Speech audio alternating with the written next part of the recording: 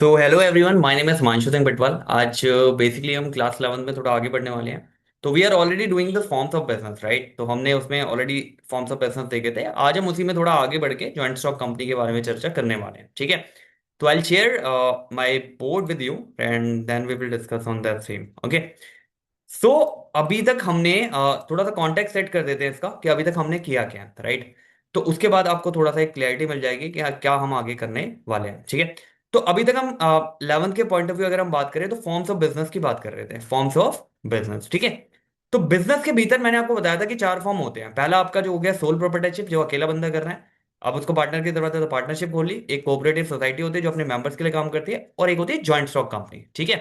तो अभी हम ज्वाइंट स्टॉक कंपनी के बारे में बात कर रहे हैं, ठीक है?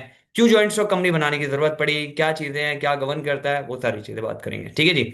अभी देखो, सोल की अगर बात करें तो आपको पता है, अगर आप अकेले पर्सन हो और आप बिजनेस कर रहे हो तो आप सोल में जाते हो, ठीक है? इफ यू फील आपका बिजनेस अभी बढ़ रहा है, राइट, आपको कुछ और लोगों की जरूरत है, तो फिर आप दो या दो से ज्यादा मेंबर होकर पार्टनरशिप की तरफ जाते हो, ठीक है?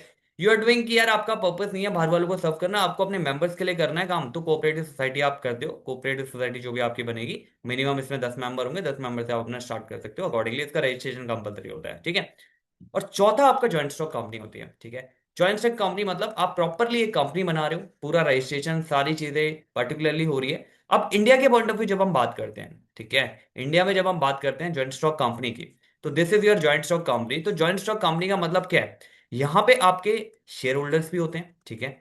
यहाँ पे आपके प्रमोटर्स भी होते हैं जो कंपनी को इनिशिएट करते हैं इनिशियली, ठीक है? प्रॉपर रजिस्ट्रेशन होता है इसका, ठीक है? आरओसी में, रजिस्टर ऑफ कंपनी में प्रॉपर रजिस्ट्रेशन होगा इसका, ठीक है? और ये जो कंपनी आप इंडिया में रन कर रहे हो, ये कंपनी आपकी चलती है कंपनीज एक्ट 2013 के तहत, राइट?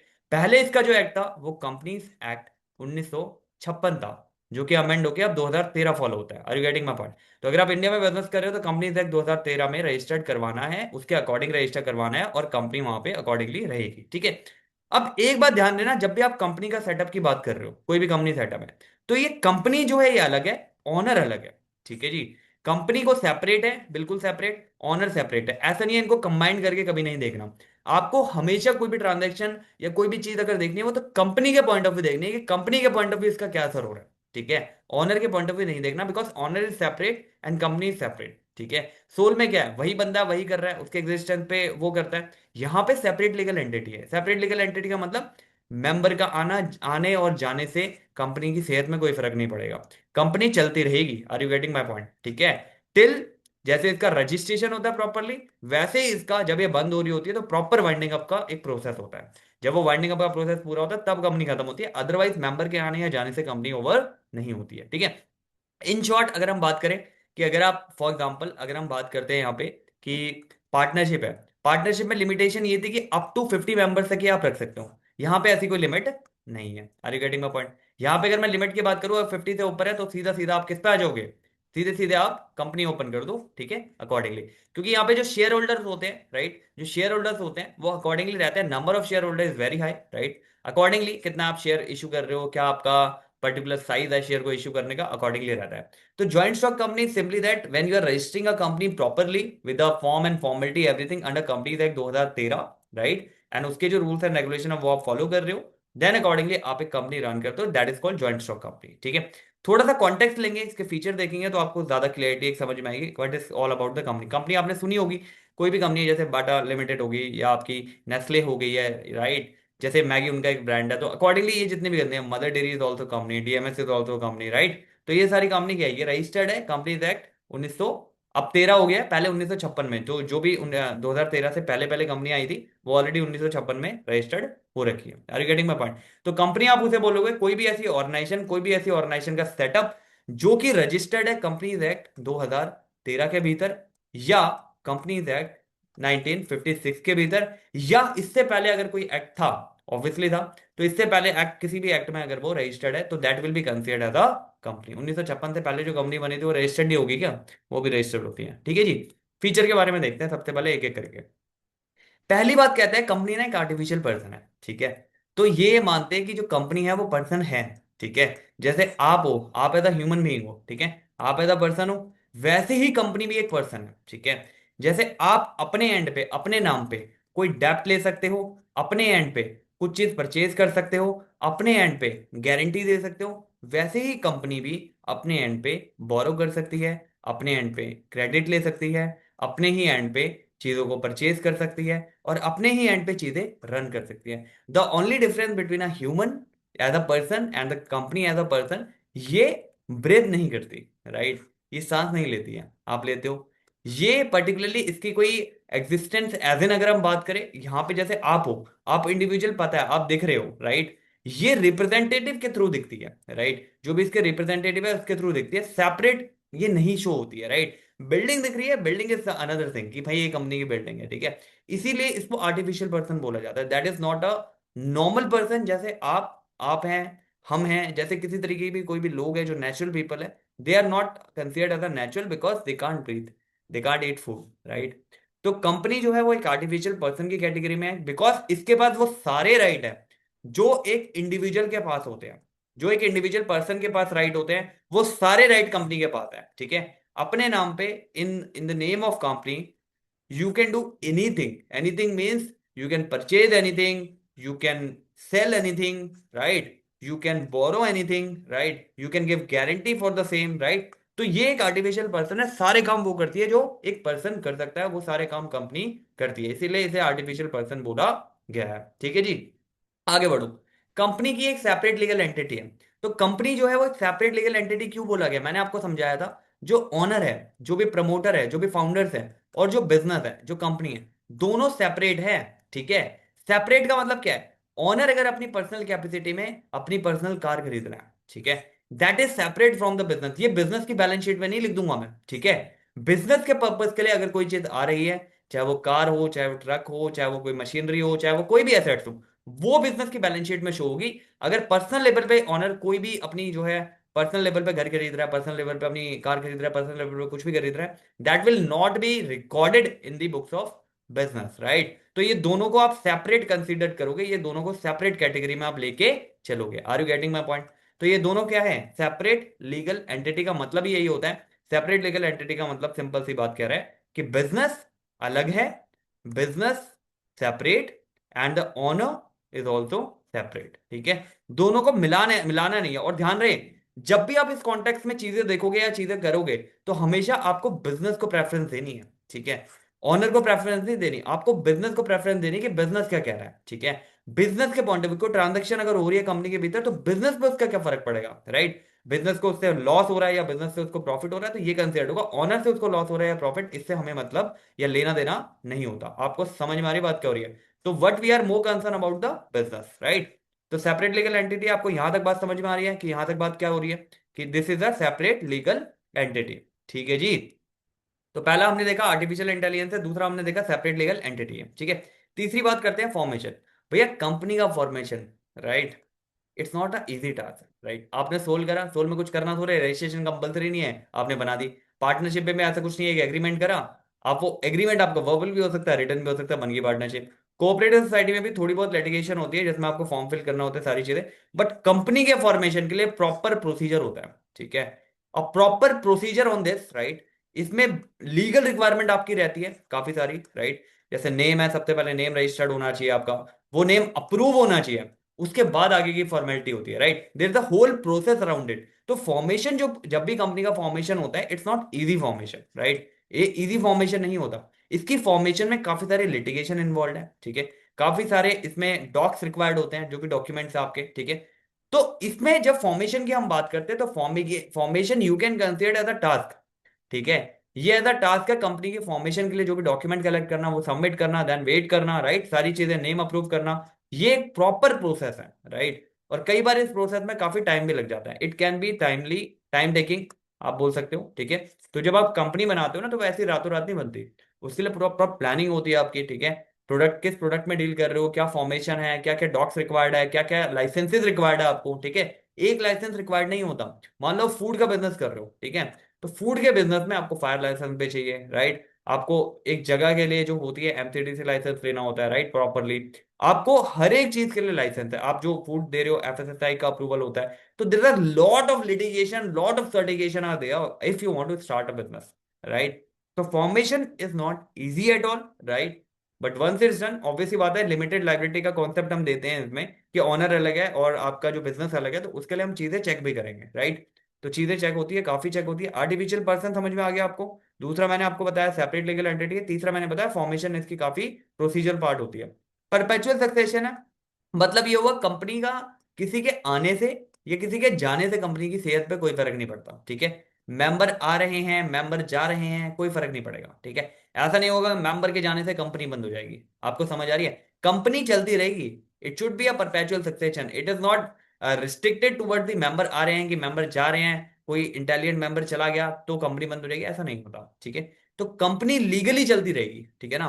तो मेंबर के आने या जाने से कोई फर्क नहीं पड़ेगा, क्योंकि ये सेपरेट है बिल्कुल, ठीक है। इनकी इसकी एक एग्जिस्टेंस अलग है, ये आर्टिफिशियल पर्सन है खुद अपने आप में, ठीक है। अब इसमें ध्यान से सुनना, परपेचुअल सक्सेशन की जब बात करते हैं, कंपनी को आप बंद तभी कर सकते हो जब इसका वाइंडिंग अप प्रोसेस जो होता है वो प्रॉपरली फॉलो होके, आरओसी में आप सारे डॉक्स देते हो, राइट, सारी चीजें बताते हो जो भी कंपनी का स्टेटस है उस टाइम पे, देन अकॉर्डिंगली कंपनी आपकी क्लोज होती है। अदरवाइज कंपनी हमेशा चलती रहेगी, will remain open, right, will remain open irrespective of the member, right. क्योंकि सेपरेट है, इसको क्या लेना देना, मेंबर आ रहे हैं मेंबर जा रहे हैं, राइट, उससे कोई लेना देना नहीं होता, तो कंपनी हमेशा चलती रहेगी। Are you getting my point, where I am coming from, ठीक है जी। पार्टनरशिप पे क्या होता था, एक पार्टनर गया या एक पार्टनर एडमिट हुआ तो वो रिकंस्टिट्यूट होती थी उसके हिसाब से, राइट। सोल में गया है, वो पार्टनर ही चला गया तो बिजनेस ही बंद हो गया। कोऑपरेटिव सोसाइटी में भी कुछ हद तक आपका ये परपेचुअल सक्सेशन वाली कहानी चलती है, क्योंकि वो भी चलते रहती है, मेंबर में कम मेंबर में गो, उसमें भी फर्क नहीं पड़ता। बस ये कि स्टार्ट करने के लिए मिनिमम 10 मेंबर की रिक्वायरमेंट होती है उसमें, ठीक है। कंट्रोल की अगर बात करें तो देखो कंपनी के भीतर ना, अगर मैं स्टेक होल्डर्स की बात करूं तो कौन कौन से स्टेक होल्डर्स हैं, इसमें एम्प्लॉय आ गए इसके, ठीक है। इसमें इसके खुद के फाउंडर्स आ गए, ठीक है। इसमें इसके क्रेडिटर्स आ गए, इसमें इसके डेटर्स आ गए, इसमें इसके कस्टमर जो नॉर्मल रेगुलर वाले हैं वो आ गए, ठीक है। सारे आ गए, इतने सारे स्टेक होल्डर हैं। तो कंपनी का जो कंट्रोलिंग होता है, जो इसके मालिक होते हैं कंपनी के, वो होते हैं शेयर होल्डर, ठीक है। जो इसमें पैसा लगा के रखे हुए हैं, जिन्होंने शेयर खरीदे हुए हैं इस कंपनी के, ठीक है, that is your share holder. तो कंट्रोल की जब मैं बात करता हूं, तो कंट्रोल इसमें रहता किसका है, कंट्रोलिंग के लिए हम एक बोर्ड की स्थापना करते हैं, राइट, बोर्ड ऑफ डायरेक्टर्स होते हैं।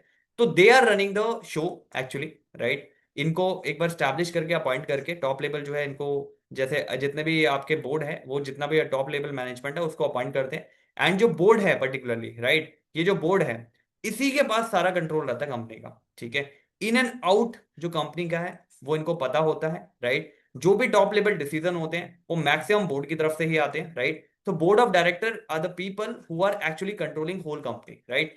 इनके एक डिसीजन से चाहे वो सही हो तो कंपनी अच्छा ग्रो कर जाएगी, अगर कंपनी मान लो इन्होंने कोई ऐसा डिसीजन ले लिया जो लो है तो कंपनी उससे बर्बाद भी हो सकती है, राइट। तो the thing is the controlling power here is with the board, and board appointed the top management. तो इसलिए हम बोलते हैं कि जो बोर्ड ऑफ डायरेक्टर है who is running the show, right. Every in and out जो करती है कंपनी में वो बोर्ड ऑफ डायरेक्टर कर रहे हैं, राइट। प्लस लाइबिलिटी की अगर मैं बात करूं, भैया जितने भी आपके स्टेक होल्डर होते हैं, जितने भी मेंबर्स होते हैं कंपनी के, उनकी लाइबिलिटी लिमिटेड होती है। Limited, when I am saying limited का मतलब क्या है, जितना भी उनका शेयर में पैसा लगा हुआ है, ठीक है, what ever the share capital they had, उतना ही उनकी लाइबिलिटी उस अमाउंट तक लिमिटेड होगी। अगर मान लो यहाँ पे उनकी पर्सनल जो एसेट्स होती है या पर्सनल प्रॉपर्टी होती है वो सेफ रहती है, क्योंकि सेपरेट लीगल एंटिटी, अगर कंपनी में ज्यादा का लॉस हो रहा है, मान लो कंपनी के भीतर 10 लाख का लॉस है, ठीक है, और सब कुछ कवर करने के बाद 8 लाख रिकवर हो गया और 2 लाख रिकवर नहीं हो, तो नहीं होंगे ये रिकवर, राइट। क्योंकि मेंबर पर्सनली अटैच नहीं है, कंपनी के एसेट्स से सारी चीजें जो भी अवेलेबल है उससे 8 हो रहे हैं, तो 2 लाख रिकवर नहीं होंगे। लाइबिलिटी जो होती है लिमिटेड रहेगी, ठीक है। लाइबिलिटी इसमें जो मेंबर्स रहेंगे उनकी लिमिटेड रहेगी। When I am saying limited, आप एक कॉन्सेप्ट पढ़ोगे शेयर कैपिटल का, ठीक है, बाद में इन फ्यूचर, ठीक है, उसमें बेसिकली कॉन्टेक्स्ट दे देता हूँ। मान लो आप एक शेयर होल्डर हो किसी कंपनी के, ठीक है, आपने अभी देखा होगा स्टॉक मार्केट काफी चल रही है सारी चीजें, तो आप किसी कंपनी के शेयर होल्डर हो, तो आप मान लो किसी कंपनी के 100 शेयर खरीदते हो, एक शेयर 1000 रुपए का, लेट से अज्यूम करो, तो आपने इस कंपनी में लाख रुपए लगा रखा है, ठीक है। आपने इस कंपनी में कितने रुपए लगा रखे हैं, लाख रुपए।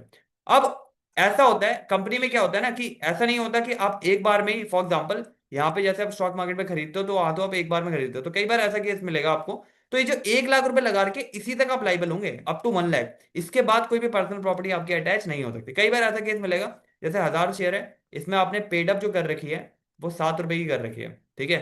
तो 7 रुपए मतलब 70 रुपए की कर रखी है, तो 70,000 आपने ऑलरेडी कंपनी में दे रखे हैं, 30,000 अभी नहीं दिए हैं, ठीक है। 100 रुपए का शेयर है, 30 नहीं दिए हैं। तो मैक्सिमम क्या हो सकता है इन टर्म्स ऑफ लाइबिलिटी की अगर बात करें, ये जो 30 रुपए की रिकवरी है ये आपके पास आ सकती है, ठीक है, जो आपने अभी नहीं दी है, पेड अप कैपिटल आपने कम किया है। कई बार आप देखोगे कंपनी में, कंपनी की जो ऑथराइज कैपिटल और पेड अप कैपिटल है उसमें गैप होता है।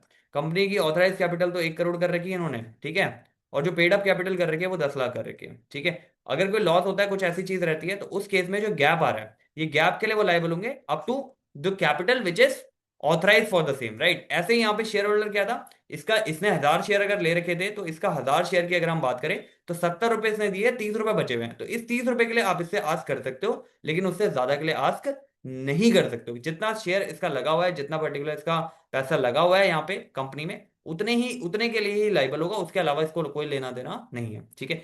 रिस्क बियरिंग क्या होती है, रिस्क बियरिंग अच्छी कैपेसिटी होती है। इसका मतलब क्या हुआ, यहाँ पे काफी सारे शेयर होल्डर अवेलेबल है, ठीक है। तो अगर कोई लॉस होता है बिग अमाउंट का, ठीक है, तो वो स्प्रेड हो जाता है, that is spread over the members, जो भी मेंबर्स है, जो भी ऑनर है, ऑनर मतलब शेयर होल्डर है, उन पे स्प्रेड हो जाता है। तो हर किसी पे जो बर्डन आता है वो एक बंदे पे नहीं आता, बर्डन डिस्ट्रीब्यूट हो जाता है।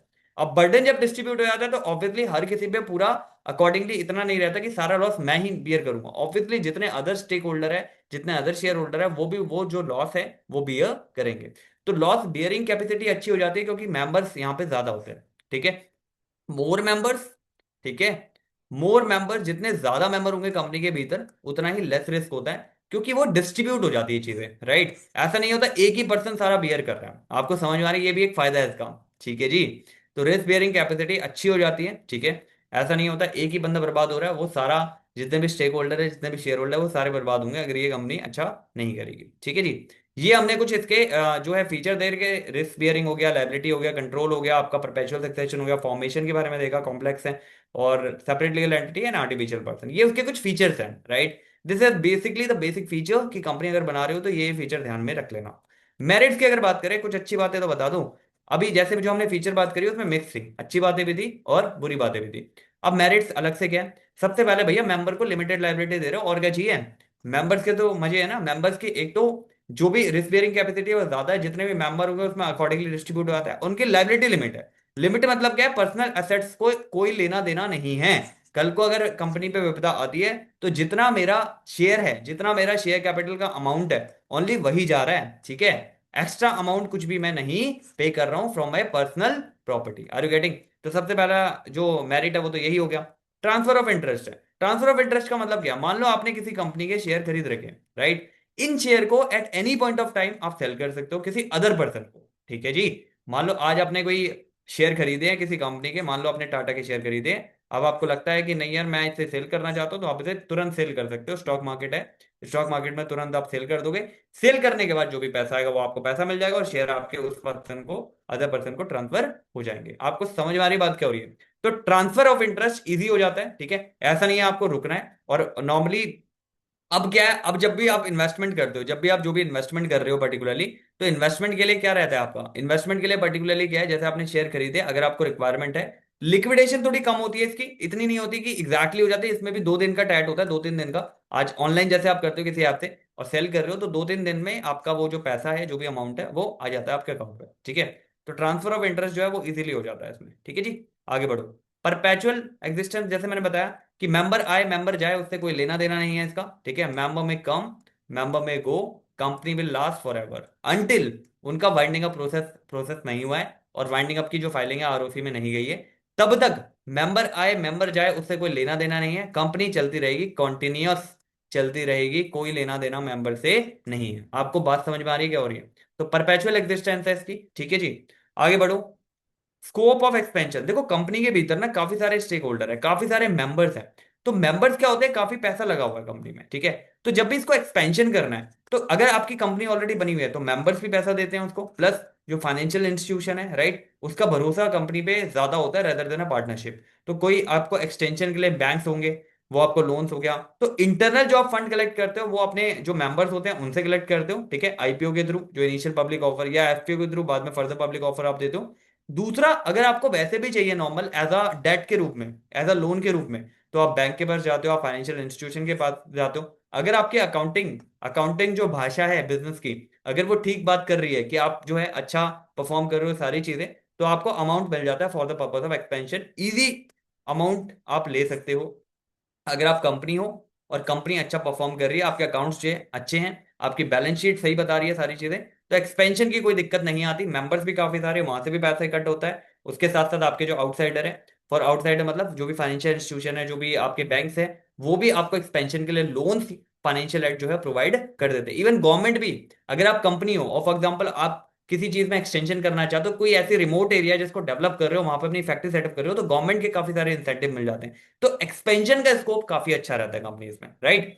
आगे बढ़ो, प्रोफेशनल मैनेजमेंट है। एज मैंने बताया, कंपनी के पास पैसे की तो कमी होती नहीं है, ठीक है, नगद नारायण बहुत होता है कंपनी के पास, ठीक है। अब इसमें क्या होता है, ये मैनेज कर सकते हैं, मतलब they can hire the profession, right. जितने भी प्रोफेशनल्स है उसे हायर कर सकते हैं किसी पर्टिकुलर काम के लिए, ठीक है। जैसे बोर्ड में हायर करते हैं, ठीक है, बोर्ड जो मेंबर है, टॉप मैनेजमेंट जब हायर करता है, राइट, पर्टिकुलर एक क्वालिफिकेशन उनकी रखता है कि भाई ये मेंबर मुझे चाहिए, ताकि कंपनी में मैं ऐसे बंदे भर्ती करूं जो आगे कंपनी को ग्रोथ की तरफ ले जाए, ठीक है। कोई प्रोफेशन चाहिए लॉ के लिए, मान लो मेरे को प्रोफेशन चाहिए, मैंने सीएस को हायर कर लिया। कॉस्टिंग के लिए मेरे को प्रोफेशन चाहिए, मैंने सीएमए को हायर कर लिया। फाइनेंस के लिए मुझे चाहिए, मैंने सीए को हायर कर लिया। तो सारे जितने भी प्रोफेशनल है वो मैं कंपनी में अफोर्ड कर सकता हूँ। Why I am affording it? Because I have a large corpus, deep pockets होती है यहाँ पे, ठीक है जी।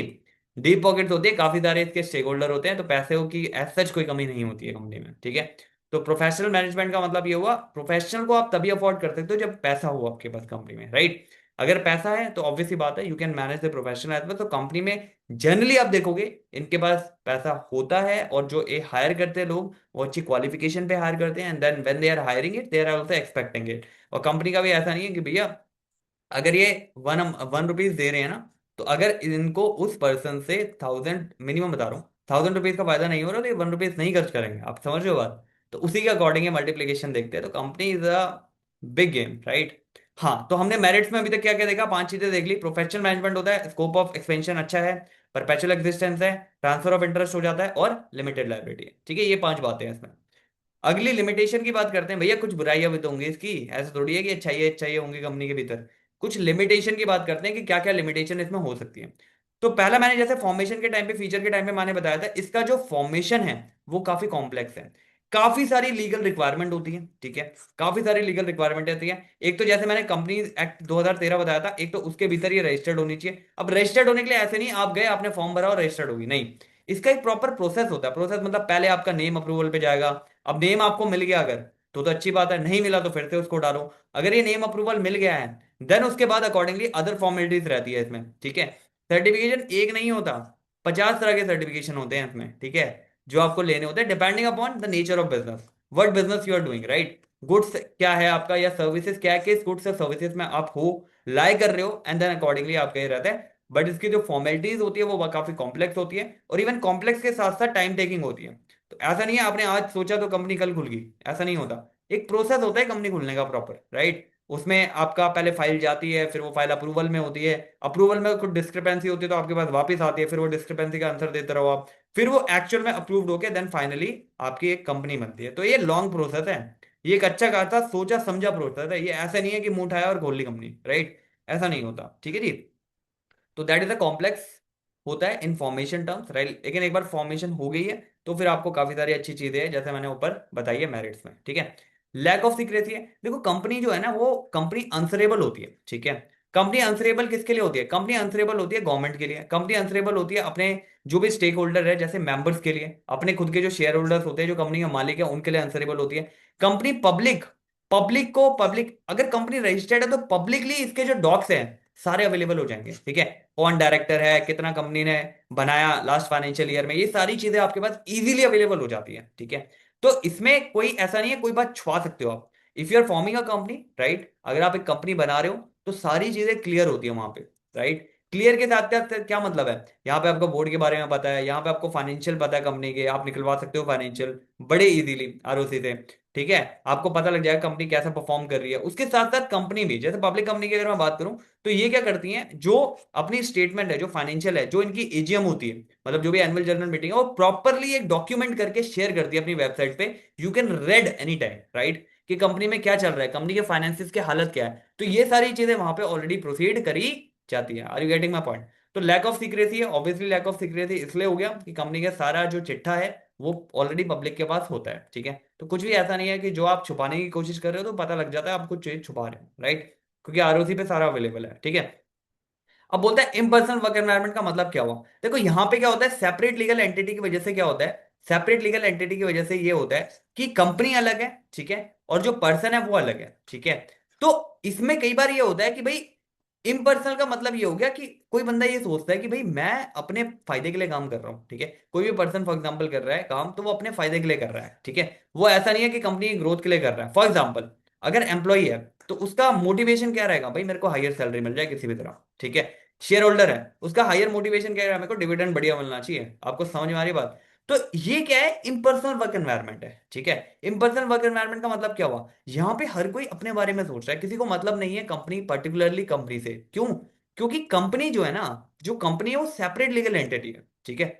उसका डायरेक्ट रिलेशन कुछ होता ही नहीं है अगर बात करें किसी भी स्टेक होल्डर से, राइट। अगर कंपनी का लॉस हो रहा है तो वो कंपनी बियर कर रही है, ये जो भी है जितना शेयर में पैसा लगा उसी के लिए लायबल होंगे, राइट। तो लाइक वाइज क्या होता है, पर्सन ज्यादा इन्वॉल्व होकर ज्यादा इफेक्टिवली काम नहीं करते हैं, राइट। लिमिटेड, आप ये समझ लो कि ये बंदा उतना ही काम कर रहा है जितना इसे पैसे मिल रहे हैं। Are you getting my point? तो जितनी सैलरी मिलेगी एम्प्लॉय को उतना ही वो काम करेगा। अदर स्टेक होल्डर भी वैसे ही है, राइट। हर किसी का एक कुछ ना कुछ की होती है कंपनी के साथ जुड़ने की, राइट। तो ऐसा नहीं है कोई ये चाहता है कि पर्टिकुलरली कंपनी ही ग्रो कर जाए, क्योंकि इम्पर्सनल नहीं है ना, वो सेपरेट है कंपनी से, राइट। They are not the partnership में ऐसा नहीं होता, पार्टनरशिप में ऐसा अलग होता है। तो पार्टनरशिप को पता है कि अगर ये चीज चलेगी तो अकॉर्डिंगली ही मेरे घर में प्रॉफिट आएगा या मेरी जो सैलरी है वो अकॉर्डिंगली आएगी। लेकिन कंपनी में ऐसा नहीं है, कंपनी सेपरेट है। अगर कोई एम्प्लॉय ऐसा है कंपनी के भीतर जो काम नहीं कर रहा, लेकिन उसकी सैलरी फिर भी आएगी, ठीक है, एक फिक्स अमाउंट उसका तब भी आएगा। Are you getting my point? तो इससे क्या होता है, इम्पर्सनल वर्क एनवायरनमेंट क्रिएट होता है। कोई ऐसे काम नहीं करता कि ये मेरी ही कंपनी है, उन्हें पता है यार अलग है कंपनी, मैं काम नहीं भी करूंगा तो कंपनी चलेगी। आपको समझ में आ रही बात? तो ये एक क्रिएशन है, ये एक लिमिटेशन का पार्ट होता है, हर जगह नहीं होता बट मैक्सिमम केसेस में ये आपको मिलेगा देखने को। बहुत सारी रेगुलेशन होती है भाई साहब। न्यूमेरियस रेगुलेशन का मतलब क्या है, अब मैंने जब फॉर्मेशन के टाइम पे आपसे इतने डॉक्यूमेंट मांग लिए हैं, ठीक है। अब आपने जीएसटी रजिस्टर करवा लिया, ठीक है। अब आपने अदर रजिस्ट्रेशन करवा लिया। आप ऑब्वियस ही बात है, जो कंपनी का जो आप इनकम टैक्स की फॉर्म में जो कंपनी की आईटीआर फाइल करते हो, दैट इज अलग, वो पूरा प्रोसेस अलग है आपका। तो इसमें न्यूमेरियस रेगुलेशन का मतलब क्या है, तो यहाँ पे एक तो आप आंसरेबल हो किसके साथ, अपने स्टेक होल्डर, जो भी स्टेक होल्डर है आपके, चाहे वो एम्प्लॉय हो गए या आपकी जे मेंबर हो गए, राइट। तो इनके अकॉर्डिंग इनके साथ हो। दूसरा, बाहर अगर हम बात करें, आपको बैंक को भी बताना है, ठीक है। कोई अगर फाइनेंशियल आपको हेल्प चाहिए तो बैंक को भी सारी चीजें बतानी है, सारी चीजें उसमें जो भी फॉर्मेलिटी है वो पूरी करनी है। मेनली इसमें गवर्नमेंट का इंटरवेंशन आता है, ठीक है। गवर्नमेंट कहती है भैया अपने ना अकाउंट ऑडिट करवा लियो, ठीक है, क्योंकि मैं कभी भी चेक करने आ सकती हूँ, ठीक है। रेड पड़ेगी तो फिर बोलियो मत। तो अकाउंट ऑडिट की कंपल्सन कंपल्शन होती है। हर चीज आपको शेयर करनी होती है, जो भी इवन एक बिल आता है ना आपका नॉर्मल 100 रुपीज का भी, right, even a single rupees का भी, that should be recorded in a proper account. तो ऑडिट इसीलिए कराया जाता है कि भैया जो भी आप इन एंड आउट कर रहे हो that should be validated, right. वो वैलिड होना चाहिए, ठीक है जी। अब तो आप देख रहे होंगे, पढ़ रहे होंगे, जैसे जीएसटी हो गया। तो जीएसटी के भीतर काफी आपका रेगुलेशंस होती है। जैसे आपने पहले रॉ मेटेरियल खरीदा, उसमें कुछ इनपुट टैक्स क्रेडिट दिया, अब आप इसे सेल कर रहे हो तो इसमें कलेक्ट कर रहे हो, फिर वो सेट ऑफ करके देन अकॉर्डिंगली आपको पे करना है। इसकी अलग अलग रिटर्न जाती है, इसकी हर महीने रिटर्न अलग जाती है, क्वार्टरली बेसिस पे अलग जाती है, एनुअल बेसिस पे अलग रिटर्न जाती है। Are you getting my point? Income tax में अगर कंपनी की बात करो तो वहां पे एडवांस टैक्स आपका जाता है। तो इतनी सारी रेगुलेशंस होती है, there lot of regulation, right. if you talk about in India, if you are doing a business, you are indulging into lot of regulation itself, right? तो ये इसका एक पार्ट होता है, इनहेरेंट पार्ट होता है, बेनिफिट के साथ साथ ये एक इसका पार्ट रहेगा, ठीक है। डिले इन डिसीजन मेकिंग, एक ना हायरार्की सिस्टम होता है यहाँ पे, ठीक है। यहाँ पे जैसे मैंने आपको पिरामिड समझाया था, ये टॉप हो गया, ये मिडल हो गया, और ये आपका सुपीरियर लेवल हो गया, ऑपरेशनल लेवल बोल सकते हो आप, ठीक है। अब डिसीजन जो आते हैं, डिसीजन नॉर्मली यहाँ पे आते हैं डिस्कस होने के बाद बोर्ड से, ठीक है। जो बोर्ड है, टॉप मेंबर जो है बोर्ड से डिस्कस करते हैं, देन अकॉर्डिंगली डिसीजन बनते हैं।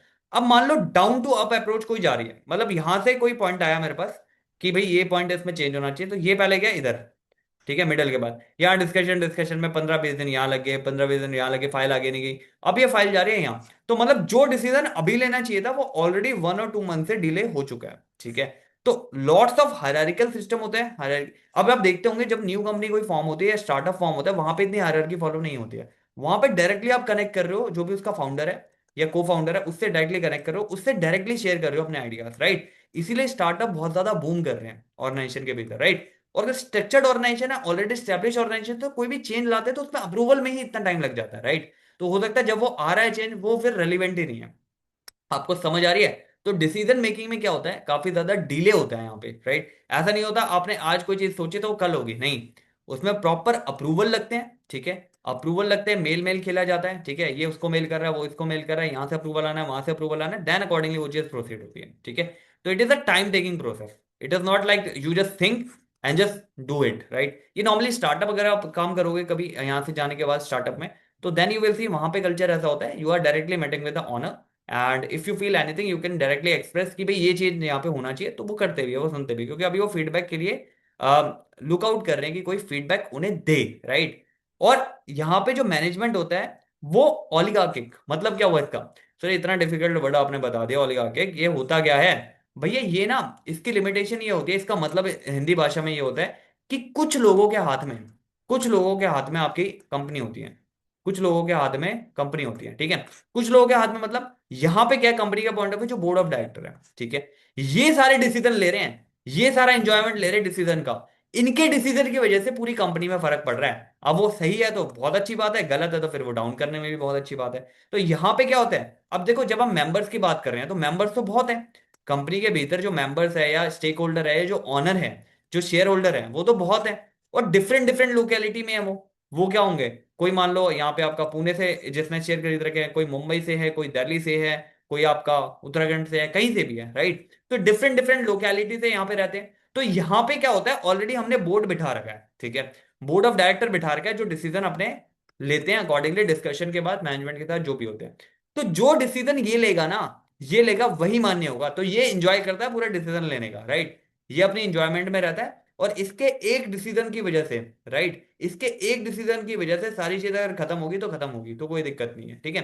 तो ओलिगार्की सिंपल से मतलब है, यहाँ पे जो हायरार्की में जो मेंबर्स हैं उनको इतना नहीं पूछा जाता, क्योंकि पॉसिबल नहीं है। क्योंकि मेंबर आप कहाँ कहाँ ढूंढोगे, जो भी शेयर होल्डर है, फॉर एग्जांपल आपने शेयर ले रखे किसी ऐसी कंपनी का जो तमिलनाडु के किसी कोने में ओपन है, राइट, तो वो आपको थोड़ी फोन करके पूछेगा हाँ भाई ये डिसीजन लेना है, क्योंकि डे टू डे में उनका कोई रोल ही नहीं है। डे टू डे तो यही देखेगा ना जो मैनेजमेंट कंपनी के भीतर अवेलेबल, डे टू डे में तो इनका कोई रोल ही नहीं है ना, आप समझ रहे हो। Share holder different different location से आ रहे हैं, डिफरेंट डिफरेंट जगह से आ रहे हैं, तो डे टू डे में इनका रोल ही क्या है, राइट। इनका कोई रोल नहीं होता डे टू डे में। डे टू डे में जो बोर्ड है वहां पे एक्चुअल में कंपनी के भीतर काम कर रहा है, उसका रोल है, तो इसीलिए बोला जाता है ओलिगार्की मैनेजमेंट, राइट। क्योंकि यहाँ पे इतना कंसिडर नहीं करा जाता शेयर होल्डर्स को, राइट। शेयर होल्डर्स को उतना ही कंसिडर करा जाएगा, फॉर एग्जाम्पल पैसे लेने हैं, आईपीओ देना है, एफपीओ करना है, accordingly day to day decision में उनकी पॉसिबिलिटी नहीं है कि वो हर डिसीजन में बोल सके, अपनी राय दे सके। हालांकि इनकी एजीएम होती है, इनकी एनुअल जनरल मीटिंग हो सकती है, जिसमें साल में एक बार शेयर होल्डर से मिल रहे, बता रहे हैं हमने कैसा कैसा परफॉर्म किया। डे टू डे से कोई लेना देना नहीं, अगर प्रॉफिट करा तो अच्छी बात है, अगर नहीं करा तो अकॉर्डिंगली वो उनके लिए लॉस है, जो कि बियर करना पड़ेगा, खत्म। समझ में आ रही बात क्या हो रही है। और कंफ्लिक्ट ऑफ इंटरेस्ट होते हैं। कंफ्लिक्ट ऑफ इंटरेस्ट क्यों होते हैं किसी भी चीज में, देखो कंफ्लिक्ट ऑफ इंटरेस्ट कब होंगे, जब ज्यादा लोग इन्वॉल्व होंगे। अब जैसे मैं कंपनी की बात करूं, कंपनी के भीतर काफी सारे स्टेक होल्डर होते हैं, ठीक है। अब when I am saying stake holder, तो यहां पे आपका कंपनी का जो फाउंडर्स है, प्रमोटर्स है, वो कंपनी के board, top level, middle level, lower level, सब हो गया यहाँ पे। आपके एम्प्लॉय अवेलेबल है, ठीक है, बैंक अवेलेबल है, गवर्नमेंट अवेलेबल है, ठीक है। ये इतने सारे स्टेक होल्डर्स होते हैं, राइट, और सब अपना फायदा देख रहे हैं, ठीक है। Everybody is looking for their benefit. समझ में आ रही बात। तो ऐसा डिसीजन कोई ऐसा हो सकता है, कोई ऐसा डिसीजन ऐसा लिया जा सकता है जो बोर्ड के तो फेवर में है, राइट, जो बोर्ड के तो फेवर में लेकिन कंपनी के फेवर में नहीं है, ठीक है। फॉर एग्जाम्पल कोई ऐसा डिसीजन लिया जा सकता है जो एम्प्लॉय के तो फेवर में है लेकिन कंपनी के ओवरऑल फेवर में नहीं है। तो काफी सारे इसमें कंफ्लिक्ट ऑफ इशू आ जाते हैं, राइट। बोर्ड जहां पे देखो, अगर कंपनी का बोर्ड अच्छा है ना, बोर्ड ऑफ डायरेक्टर ठीक है, वो काम अच्छे कर रहे हैं, टॉप डाउन अप्रोच से चीजें चल रही है, वो थोड़ी फास्ट भी होती है टॉप डाउन से, राइट। डाउन अप से अगर आप जा रहे हो तो वो काफी टाइम लगता है। तो कंफ्लिक्ट ऑफ इंटरेस्ट का सीधा सीधा मतलब है भैया, कंपनी अलग है, मैं अलग हूं, तो मैं तो अपने बारे में सोचूंगा ना, ये सोच होती है, राइट। जो भी स्टेक होल्डर होती है उनकी ये सोच होती है, उनकी ये थिंकिंग होती है, उनकी थिंकिंग में इनबिल्ट बैठा हुआ है कि कंपनी अलग है और मैं अलग हूं, ठीक है। तो मैं अपने बारे में सोचूंगा, अपने पॉइंट ऑफ व्यू सोचूंगा, अब चाहे वो बोर्ड हो, चाहे वो एम्प्लॉय हो, चाहे वो मेंबर्स हो, या फिर वो कोई क्रेडिटर हो, या फिर वो डेटर हो, whatever it is, they are thinking on their point of view, ठीक है। They are not thinking on the company point of view. तो कंफ्लिक्ट ऑफ इंटरेस्ट आ गया यहाँ पे, अपने बेनिफिट के लिए सारे देख रहे हैं। ओलिगो ये मैंने आपको ऑलरेडी बता दिया ओलिगार्की क्या होता है, जिसमें बेसिकली डे टू डे में जो मेंबर्स है एक्चुअल में वो पार्ट नहीं ले रहे हैं, जो बोर्ड है वही सारे डिसीजन तय कर रहा है, ठीक है। उसके बाद हमने deal and decision making hierarchy system होता है इसमें प्रॉपरली।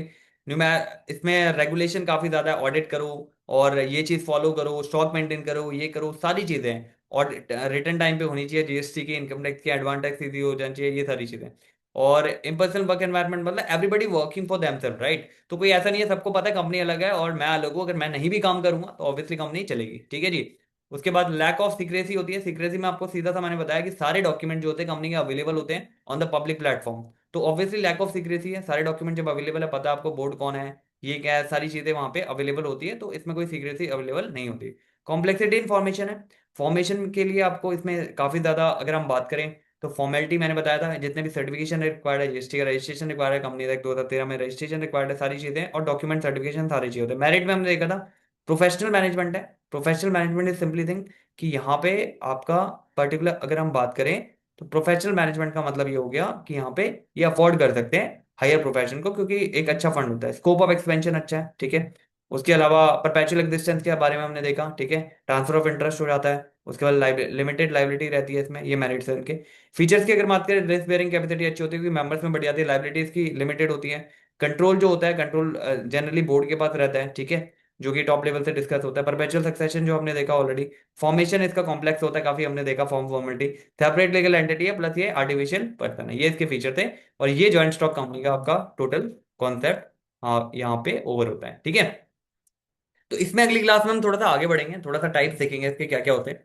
तो एक बेसिक अंडरस्टैंडिंग मुझे लग रहा है आपको क्लियर हो गई है कि क्या जॉइंट स्टॉक कंपनी होती है, what it is all about, right? So इसको देखो, इसको गो थ्रू करो, कुछ केस स्टडी करो अपने एंड से, and then accordingly you can proceed with the same. Okay, so yeah thank you so much for watching and just be cool and be happy. मिलते हैं नेक्स्ट क्लास में जल्दी। Thank you, take care.